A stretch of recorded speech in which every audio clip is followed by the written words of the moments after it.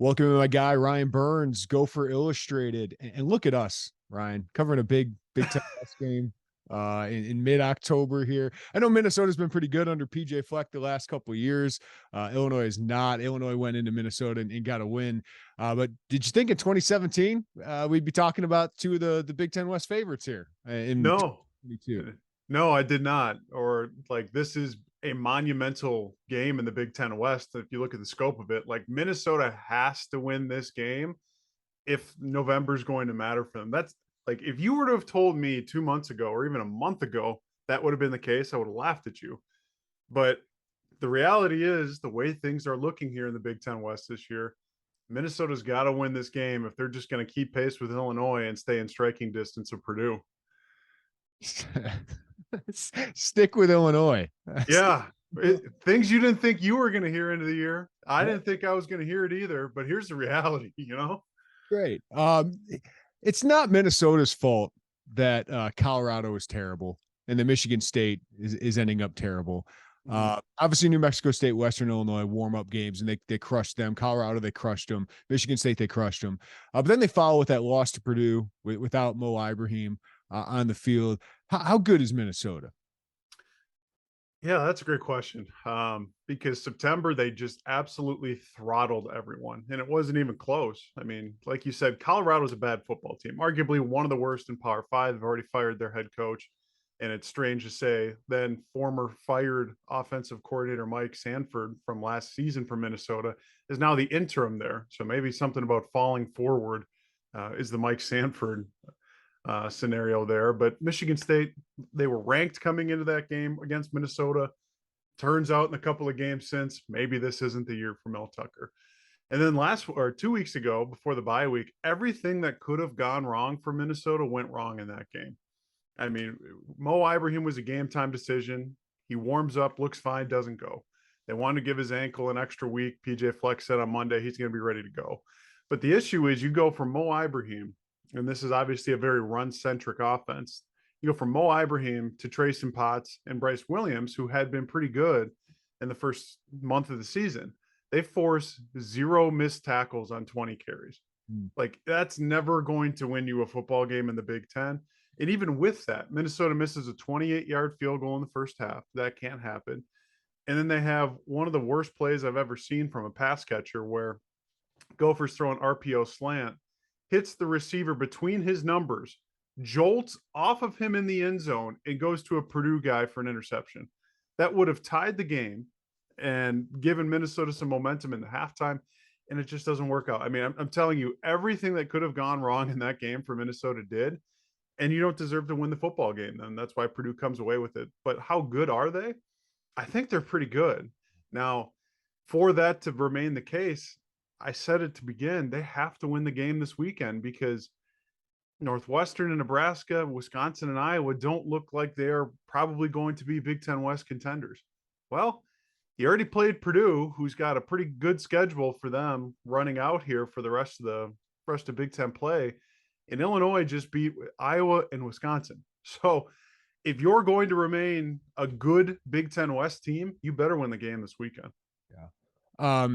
This is a really good Minnesota team. And I feel like that Purdue game was kind of like the Indiana game for Illinois, where they found a way to lose when they should have won. But offensively, Kirk Sriracha is back. And he had great first couple years with PJ Fleck. Goes to Penn State, didn't work out there, was an offensive analyst last year. What is him coming back, replacing Mike Sanford, done for the offense? And most importantly, Tanner Morgan, who didn't have a great year last year. And of course, the Illinois game, he really struggled.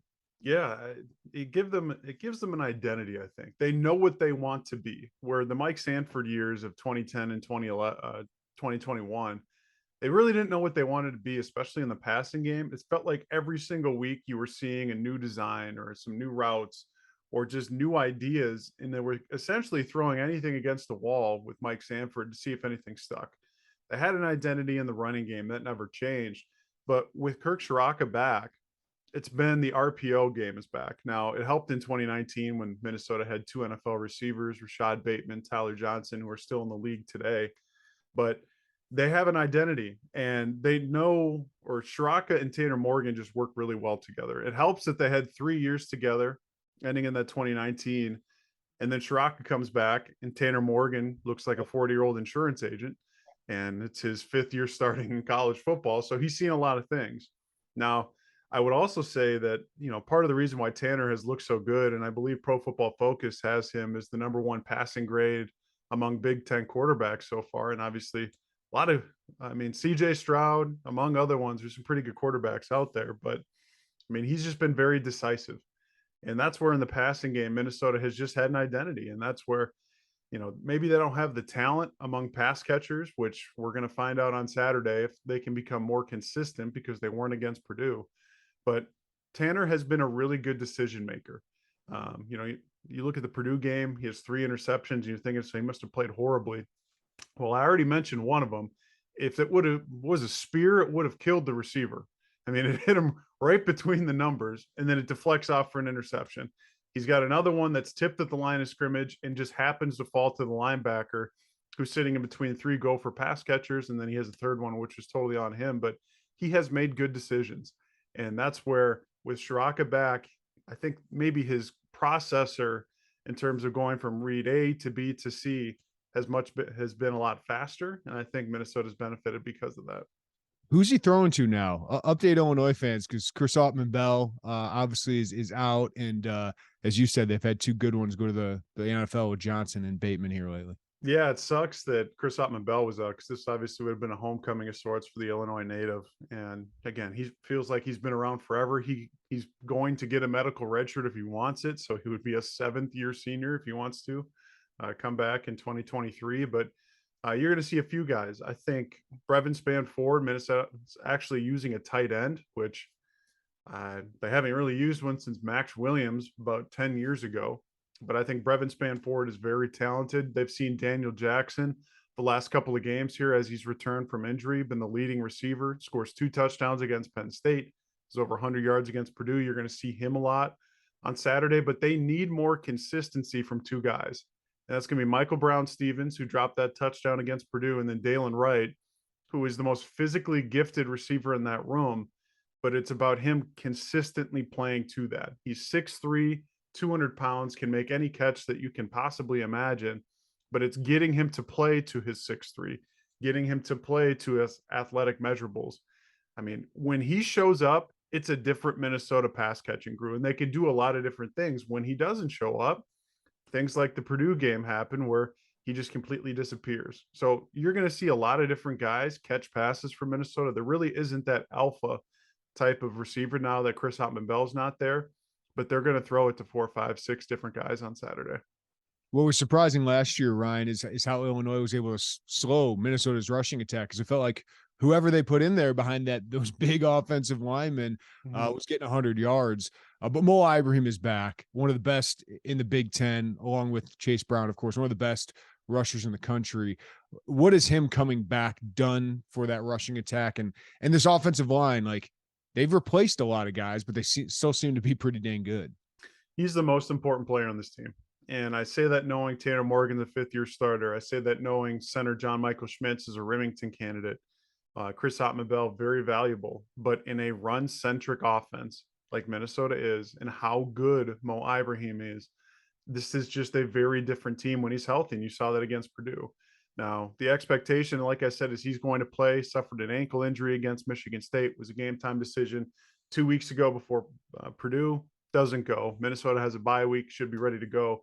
But I think he and Chase Brown are 2 all Big Ten running backs. I think not enough people coming into the season were talking about Chase Brown. I think they are now with what he's been able to do. But I think they're very similar players, where Mo is the king of yards after contact, the yards specifically after first contact, where maybe he has a guy in the backfield on him. And instead, he makes him miss. So it's 2nd and 6 instead of 2nd and 12. Well, for an offense like Minnesota that's maybe not incredibly pass oriented, that's huge. And I also think he's the king of falling forward. Whether it's a 2nd and short, 3rd and short, 4th and short, he's able to get you those extra yards, where 2nd and 8 versus 2nd and 5, and this offense is incredibly valuable. Now, where I think Chase Brown definitely has the advantage is Chase can end it. And that's what PJ Fleck said on Monday was, if Chase Brown gets in the open field, he's gone. Well, if Mo Ibrahim gets in the open field, he's not going to be gone. And that's okay. But again, Mo is a guy that has over 600 collegiate carries at a Power 5 level. He's averaging 5.7 yards per carry. Like, this is not a fluke. He's not the biggest guy. He's not the fastest guy. And he's coming off an Achilles injury. And he has still overcome the odds and had a wonderful September. So he is going to be huge for this Minnesota running game. All right, defensively, what was it? The 2018 Illinois put up 55 points against Minnesota. There are a lot of fans that are very happy about what Illinois did to Minnesota that day because you got Rob Smith fired, who's now at Duke, and now you brought in the Joe Rossi era at Minnesota. So I think there are a lot of Minnesota fans who are thankful for that drumming in Champaign. Yeah, I was going to say it ended up a good thing. What has made this defense so good? What has made him so good as defensive coordinator? Yeah, I mean, him and Ryan Walters, who, again, I have a ton of respect for. I get a lot of crap here in the Minneapolis market because, I like to talk about, the Big Ten. And I'll continue to say Ryan Walters, future Colorado coach. So I think what he has done there in just a couple of years has been tremendous. And there's not enough people talking about him as a Broyles Award guy. But I think a lot of people could say the same thing about Joe Rossi. And what makes the Joe Rossi defense so good is they limit explosive plays. In 2021, there was no better defense in college football at limiting explosive plays than Minnesota. Now in 2022, I would imagine they're still a top 10 in that category. But that's what they want to do to you. They want to make you go 8, 10, 12, 14 plays down the field because eventually they believe you're going to make a mistake. And they're also pretty good at stopping the run. Now, that wasn't the case last year. And I can assure you, Joe Rossi is well aware that Chase Brown had over 100 yards after contact against him last year. It's something to where Minnesota's going to have to swarm around the ball, make sure that no matter whoever the quarterback is, DeVito or Artur, what is it, Sikowski? Yeah. They're going to have to make him beat him. But it's stopping the run and getting off the field on third down. Coming into that Purdue game, Minnesota had allowed 6 third down conversions all season. And I think Purdue in that game went something like 4 for 13. So Minnesota's been really good on third down all season long. But if Chase Brown is going to continue to grind those yards after contact, which like I do, he leads the Big Ten in that category, it might be a little tougher day for Minnesota. If Tommy DeVito were healthy, and we don't know the status, we're recording this on Wednesday, Ryan, I look at these two teams like they're looking in the mirror. It's like the Spider-Man meme.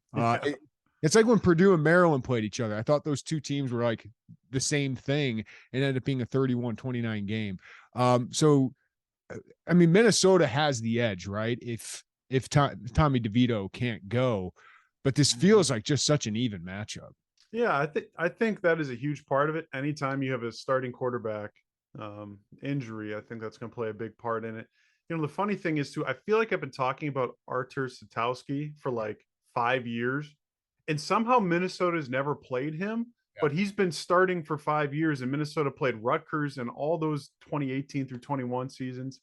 And then the last couple of seasons, Artur started games for Illinois. So it's a little strange, but I'm surprised the line is as big as it is because on Wednesday, I think it's still 6.5 by Minnesota, which is very strange to me because if this game doesn't go well for Minnesota and Illinois wins, you saw the recipe last year where Illinois' front seven is devastatingly physical.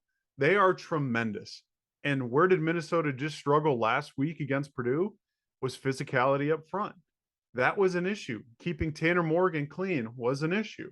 And so that's where I'm thinking Johnny Newton, Seth Coleman, Keith Randolph, like if they bring it, this spread is way too big. I think this spread should be, if DeVito doesn't go, I still think it should be about Minnesota -2, not 6.5. But it comes down to, do you believe that the Minnesota Moving Company up front is going to be able to bring the physicality? If you do, maybe 6.5 is right if DeVito doesn't go. If they don't, boy, it could be another long day for Minnesota, and it's going to come down to which quarterback takes care of the ball better, because explosive plays and turnovers are going to be the big key then. Ryan, what do you make of PJ Fleck, Jeff Brom, Brett Bielema? I think they have such a great opportunity in the Big Ten West for what might be the next year and a half of divisions. But given Iowa, Wisconsin, Northwestern, Nebraska all struggling, how is PJ taking advantage of this opportunity? Well, he didn't take advantage of it 2 weeks ago, and he Or needs to last year, take, yeah, or last year, or in 2019, where 2019 they have Wisconsin at home, last game of the season with College Game Day there. They win, they're into Indy.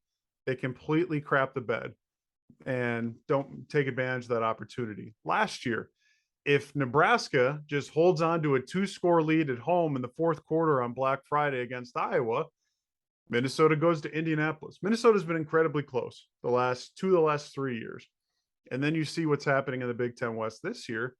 That's why I'll continue to say this is a must-win game for Minnesota, because in a year where Wisconsin and Iowa were down, and you look at, Purdue and Illinois, I think they are good football teams. I don't think they're the elite Iowa and Wisconsin teams of the mid 2010s where they're just going to run away with this thing. I still think 6-3 is probably going to win you a Big Ten West, and then it comes down to your head to heads. And this is a head to head you're going to need to win, because obviously Illinois and Purdue still play, among other ones. So this is a game they have to win. This is a game they have to take advantage of, because there's been a lot of talk up here in the Minneapolis market about, well, the Big Ten West isn't that good this year. I don't agree with that. Like, I think Illinois, Purdue, and Minnesota are pretty good football teams. I think, Northwestern's dreadful. Nebraska probably isn't a bowl team again, but I think Wisconsin and Iowa will still show some fight. I mean, I think, like you saw, I was just wasting a top 3 Phil Parker defense at this point, and Kirk Ferentz is just too stubborn to do anything about it, which is mind-boggling to me, but nepotism apparently is king. So I think there's enough good teams left, but it's going to be win against Illinois and then hope that Illinois can stand up against Purdue to maybe force a little bit more chaos. Love it. Love it. It's a big game, man. Yeah, and I agree with you. I think there's a lot of teams in the Big Ten West that are like 20-45 in the country. And that makes for a fun race, at the very least, to see who has to play Ohio State in Indianapolis. Before I let you go, Ryan, it's basketball preview time. Year 2, Ben Johnson, right? Like, what do you expect with Dawson Garcia now in the fold, Jamison Battle, a good player? I don't think anyone's expecting Minnesota to come up and be an NCAA tournament team, but how do expectations change now? Yeah, well, I hope you enjoyed your time in Minneapolis, because according to the Jeff Goodman tweet, nobody enjoys their time in Minneapolis, and heaven forbid the coaches have to get off their private jets here for 6 hours and go to the Target Center. My time in Minneapolis. I'll tell you, there's a lot of angry people about that tweet up here in Minneapolis, because especially when you were here yesterday, it was like 82 degrees in October. Right. I got off the plane, Ryan. I'm like, man, I never thought I'd come off the plane from Minneapolis and have a 20-degree drop in Illinois. Yeah. So, with the basketball team, it comes down to, what do you think about Jamison Battle? And then how does Dawson Garcia acclimate himself? Because Dawson Garcia was tremendous at that Marquette as a freshman, goes to North Carolina, doesn't work out there, some family issues off the court, transfers back to Minnesota. Now, it hurts that they lost a couple of key contributors that were going to be depth guys, potential starters, in Parker Fox, as Isaiah Ianen. They brought in some transfers, but I think just going even 500, to me, it would be a step in the right direction. I know there's some people around here that think they should be a bubble team. I'm not ready to go that far yet, but I think if Jamison Battle and Dawson Garcia can figure it out and be a competent 1-2 kind of punch there, I think Minnesota can surprise some teams, but I think 500 should probably be the expectation. Brian Burns, you're the goods, man. Appreciate your time, and enjoy a big Big Ten West battle on Saturday, man. I appreciate it, and I like how you're rocking the schmedium like always.